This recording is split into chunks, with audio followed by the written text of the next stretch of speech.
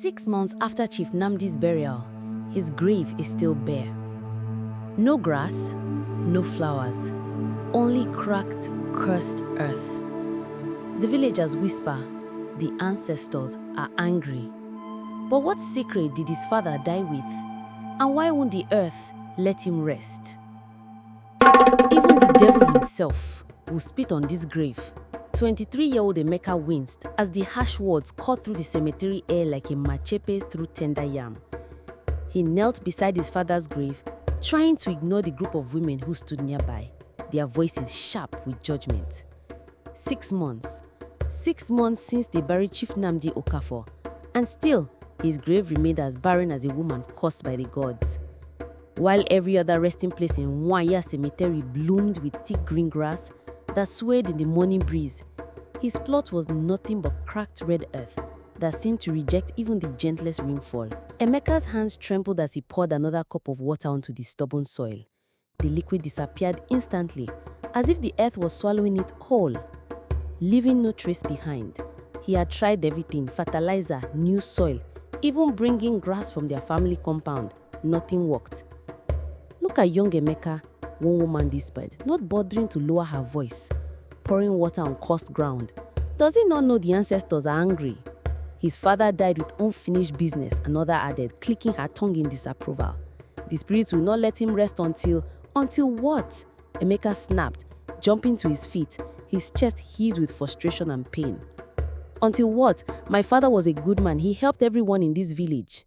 The women exchanged knowing glances, the kind that made Emeka's stomach twist with dread.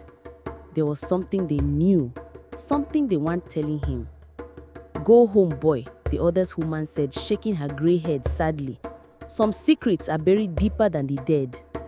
As they walked away, their whispers trailing behind like smoke, Emeka sank back down beside the grave, his throat burned with unshed tears. The successful electronics shop his father had left him was crumbling. Customers were avoiding him, whispering that bad luck followed the son of a cursed man. But it was the betrayal that hurt most.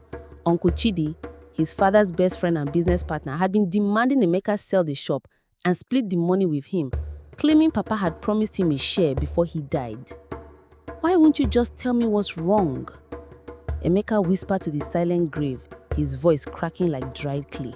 The knock on Emeka's door came just after sunset, when the sky was painted the color of palm oil. Uncle Chidi stood in the doorway, but he looked nothing like the confident businessman Emeka remembered from his childhood. The man who once filled rooms with his booming laughter now seemed to have shrunk inside his clothes.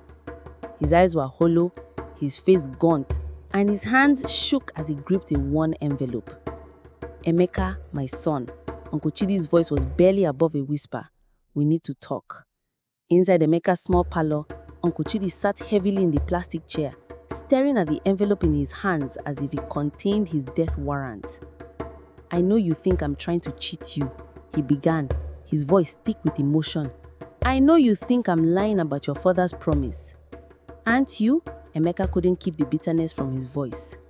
Uncle Chidi's laugh was bitter, empty. 25 years, Emeka.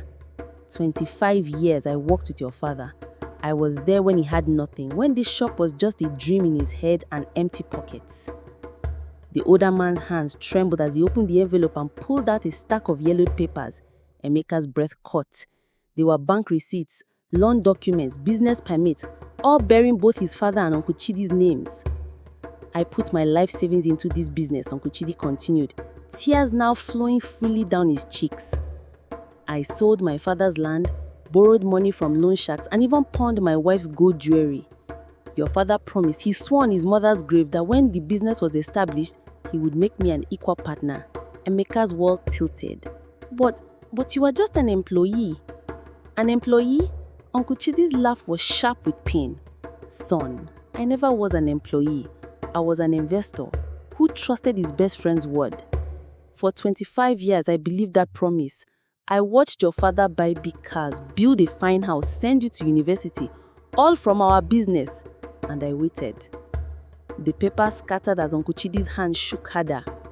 The loan sharks are coming for me, son. Next week, they'll take my house, the only thing I have left.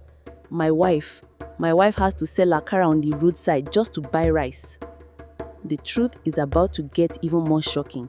If you think you know where this story is going, think again.